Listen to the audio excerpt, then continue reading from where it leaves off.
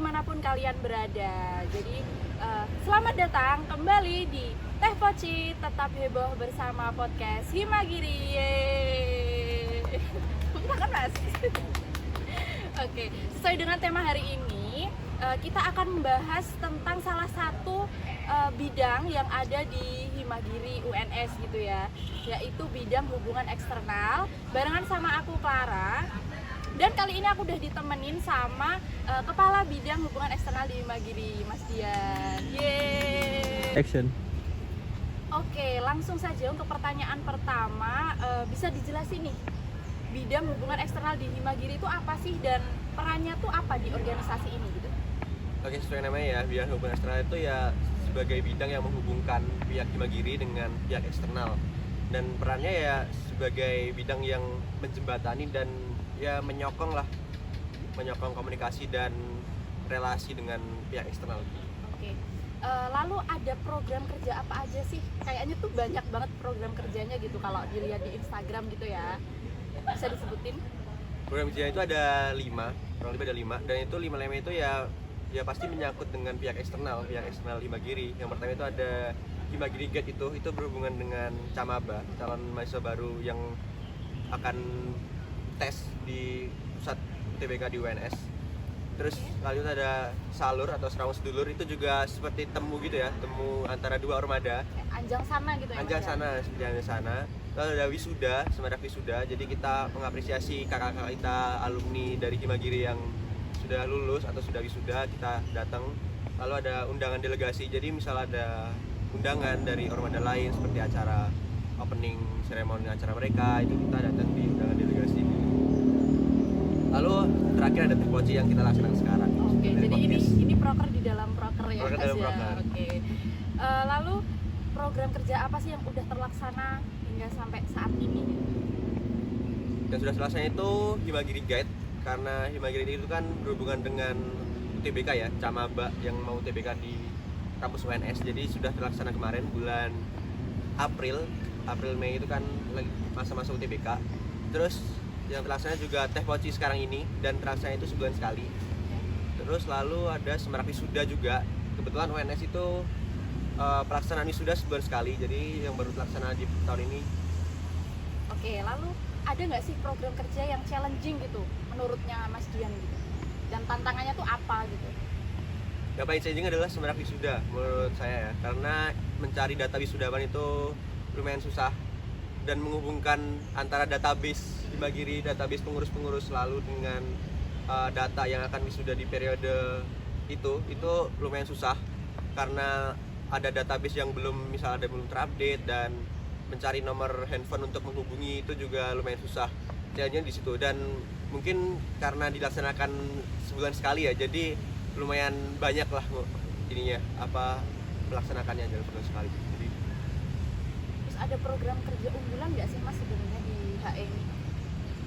program kerja unggulan ya itu Semarak Wisuda, karena itu kan kita masih membangun relasi ya, membangun komunikasi dengan alumni dulu, kakak kita mengapresiasi, kita masih tetap menjalin hubungan yang baik dengan alumni yang masih lulus. Jadi kita datang ke wisuda, dan Semarak Wisuda itu kan di berbagai organisasi mungkin ada ya, di organisasi ini juga pasti ada Semarak Wisuda, di ini juga pasti ada Semarak Wisuda. Itu menurut saya penting, karena menjalin hubungan baik dengan alumni itu penting menurut saya. Jadi itu program unggulan di bidang hubungan eksternal. Oke, luar biasa sekali. Dan selanjutnya nih, ada nggak sih Mas pengalaman unik? Kan ini Mas kan sebagai kepala bidang ya, pengalaman unik saat memanage tim, memanage staff di HE itu, karena kan kayaknya orang-orang sibuk. Oh Iya. Gimana cara memanage-nya itu gimana Mas?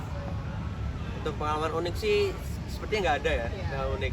Cuman kalau kita ngomongin orang-orang sibuk tuh ya, semua orang sebenarnya sibuk. Sibuk itu relatif, semua itu tergantung prioritas sebenarnya.